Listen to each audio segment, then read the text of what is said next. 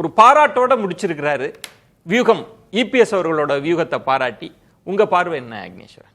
Senthil sir பாராட்டுறாருனாலே கவனமா இருக்கணும்னு அர்த்தம். அவர் சாதாரண பாராட்ட மாட்டாரு. பின்னாடி ஒரு புள்ளி வச்சுட்டு போனாரு பாருங்க, வேற ஏதாவது அங்க நடந்திருக்குமோ அப்படின்னு. அதெல்லாம் ஒன்றும் கிடையாது.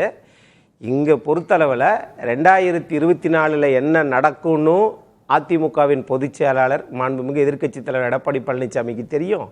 2026 எப்படி எதிர்கொள்ளணும்னு அவருக்கு தெரியும்.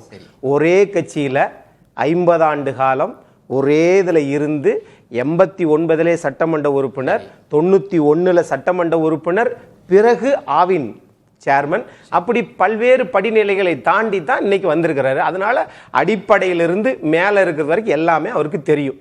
மேலே இருக்குதுன்னா செந்தில் சார் மேலே நினச்சிக்கிற போறாரு இல்ல. அதிமுக கட்சியில ஒரு கிளைக்கழக செயலாளர் இருந்து அந்த கட்சியினுடைய பொதுச் செயலாளர் வரைக்கும் நீங்க இவ்வளவு நாள் வரைக்கும் என்ன சொன்னாங்கன்னா, அடிமை, இவர் டெல்லிக்கு போறாரு, என்னமோ திமுகல யாருமே டெல்லி போகாத மாதிரி, அதெல்லாம் அவங்களுடைய விமர்சனம். ஆனால் சொற்களால் ஒரு கட்சியை, ஒரு அரசாங்கத்தை நடத்துவதுதான் அண்ணாவிற்கு பிறகு திமுக அவங்களுடைய ஒரு ஸ்ட்ராட்டஜி. சரி, அவங்களுக்கு தன்னுடைய அண்ணா சொல்வன்மை, அவருடைய நாவன்மை, இதுதான் காரணமாக இருந்தது காங்கிரஸ் ஆட்சியை இது பண்றது. ஆனா இவங்க என்னன்னா மாறி பிறர் மீது வசைமொழி.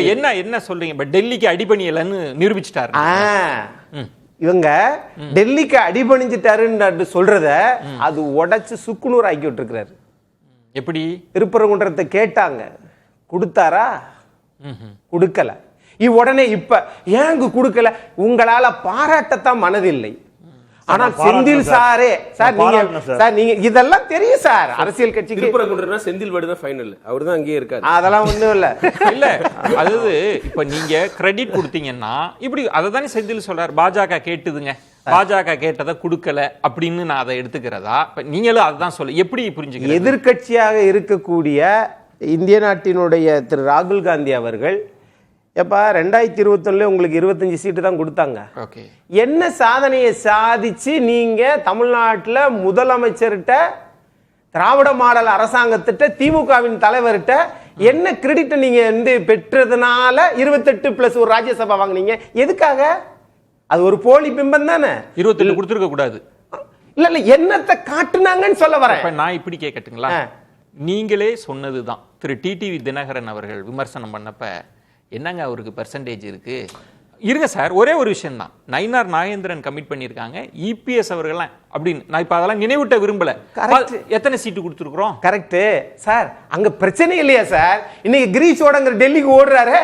எப்ப 90 நாள் கமிட்டி ஆச்சு சார். அந்த இதுக்குள்ள போகவே இல்லை சார். இங்க அதிமுகவில் செயல்படுகிற ஒரு தலைவரை இன்னைக்கு எடப்பாடி பழனிசாமி அவர்கள் இருக்கிறார். நீங்க நிதானமா முடிவெடுக்கிறாரு, அவர் டெல்லியில கேட்டு முடிவெடுக்கிறாரு. அதெல்லாம் அடுத்து இல்ல இதுல வாங்க இப்ப இதெல்லாமே கூட நம்ம பேசியிருக்கோம். ஆனா என்ன செந்தில் சொல்றாருன்னா, யாரு ஃபர்ஸ்ட் கேண்டிடேட் அனௌன்ஸ் பண்ணாங்கன்றதெல்லாம் தேர்தல் ரிசல்ட் அன்னைக்கு யாரும் அதை கேட்க போறது இல்ல. யாரு ஜெயிக்க போறாங்கன்ற வியூகம் தான். அதுதான் அறிவாலயத்தில் ஒரு செய்தி. ஒரு சார் ஒரு வார்த்தை தான். உங்களுக்கு உள்ள வந்தா 10 நிமிஷம் ஒரு வார்த்தை தான். அப்படி பார்த்தீங்கன்னா முதல்ல கேண்டிடேட் அனௌன்ஸ் பண்ணது நாம் தமிழர் கட்சி சீமான். அக்னீஸ்வரன் சொல்லுங்க. இப்ப எப்படி கொண்டு வந்து விட்டாரு பாருங்களா? இப்ப இவங்க எதுக்கெல்லாம், அதாவது ஒரு பத்திரிகையாளர் இங்க ஒரு திமுகவினுடைய நாடாளுமன்ற உறுப்பினர் பேச்சை கேட்டுட்டு அமெரிக்காவில் போய் எழுதினாராம். அதாவது திமுக காரங்களுக்கு அவங்களுடைய முதலீடே அவங்களுடைய நாவன்மை தான் அப்படின்ட்டு. அந்த மாதிரி இவங்க ஒருவேளை திமுக தேர்தல் அறிக்கையை கொடுத்து அது முதல்ல அதிமுக 23 பேர், அடுத்து இன்னைக்கு 127 பேரை கொடுத்துருந்தாங்கன்னு வச்சுக்கோங்க, திமுக அப்படியே இந்த வேலையை செஞ்சுட்டு வச்சுக்கோங்க. சொன்னோம்லங்க, எங்கால் தாங்க கில்லிங்க ஃபர்ஸ்ட் ரேஸ்ல என்ன வேகமா ஓடுறாரு பாருங்க அப்படின்னு சொல்லுவீங்கல்ல, அப்படியே மாத்தி பேசுவாங்கன்றீங்க. இதுதான் திமுக மாடல். இப்ப என்ன அங்க பிரச்சனை இருக்கு? ஆனால் அங்க நடக்கிறது அம்மா மாடல். இல்ல செயல்படுவாங்க. அதிமுக முன்னாடி இல்ல அக்னீஸ்வரன், அந்த இடம் தானே திரு செந்தில் சொல்றாங்க. ஒரே தொகுதிகள்ல இப்ப பல கட்சிகள் இருக்கிறாங்க, கேட்கறதுல ப்ராப்ளம் இருக்கு. எண்ணிக்கையை கூட கொடுத்துடலாம், ஒரே தொகுதியை 4 கட்சிகள் கேட்கலாம். இப்ப எல்லாரும் என்ன சொல்றாங்க, ஃபைனல் வேர்டு திரு ஸ்டாலின் அவர்களுக்காக நாங்க காத்திருக்கிறோம் அப்படின்னு. இதுவே ஒரு அணிக்கான பலவீனமா பார்க்க முடியுமா? லேட்டா அனௌன்ஸ் பண்றாங்க, இது ஒரு பலவீனமா பாக்குறீங்களா நீங்க? சார் நீங்க இப்படி யோசிங்க சார். விஜயன் சார் 2017 இருந்து அந்த கூட்டணி கட்சிகளா இருக்குல்ல, இது 2024 பிறகுதான் சார் பாவம் ஒண்ணு சேர்ந்த கூட்டணி சார். சரி, ஏன் உங்களால ஓட முடியல?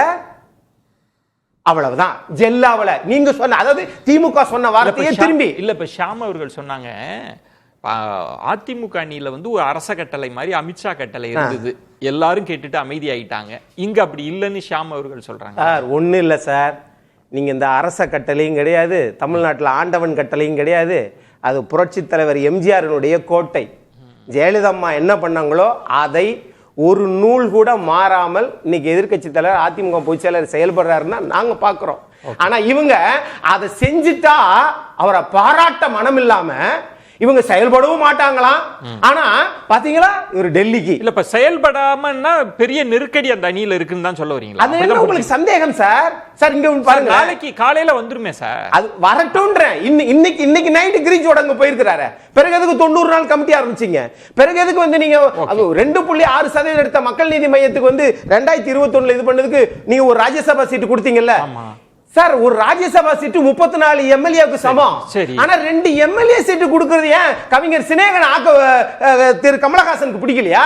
உங்க பின்னாடி வர்றவங்களா இருக்கணும், அவங்க மட்டும் சேவை செய்யணும், நீங்க மட்டும் நாடாளுமன்றத்துக்கு போயிடணும். ரெண்டாவது இங்க விசிக என்ன செய்யுது? 8 சீட்டு வாங்கினாங்க. அவங்களுக்குள்ள மனசுக்குள்ள என்ன தெரியுமா? தமிழ்நாடு முதலமைச்சர்கிட்ட பேச முடியல. ஏன்னா நம்ம சீனியாரிட்டி படி நம்ம ஆரம்பத்திலிருந்து இருக்கிறோமே.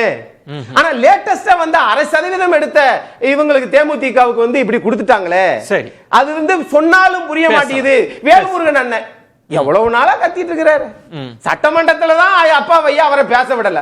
ஒரு 2 எம்எல்ஏ சீட்டு கொடுக்கணும் என்ன இருக்கு? அண்ணன் தனியார் சொன்னேன் பாவம் உங்களுக்காக வந்தாரு, இன்னைக்கு அவர் அப்படி தனிமரமா நிப்பாட்டி விட்டீங்க. இவ்வளவு செய்யறது திமுக இல்ல, ஆனா அண்ணா திமுக செஞ்சா. உங்களுக்கு ஒரு கடந்த கால பக்கங்களை பின்னாடி திருப்பி சொல்றேன். வேல்முருகனுக்கு இதே ட்ரீட்மெண்ட் அதிமுகவும் கொடுத்திருக்கு, அழைக்காமையே கடைசி வரை காத்திருந்து. உங்களுக்கு தெரியாது இல்ல? இதெல்லாம் கூட்டணி ஃபார்மேஷன்ல நான் இல்லங்கல.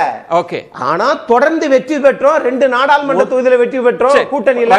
இப்ப ஏன் இப்படி பண்ணலாம்ன்றீங்க பாருங்களா?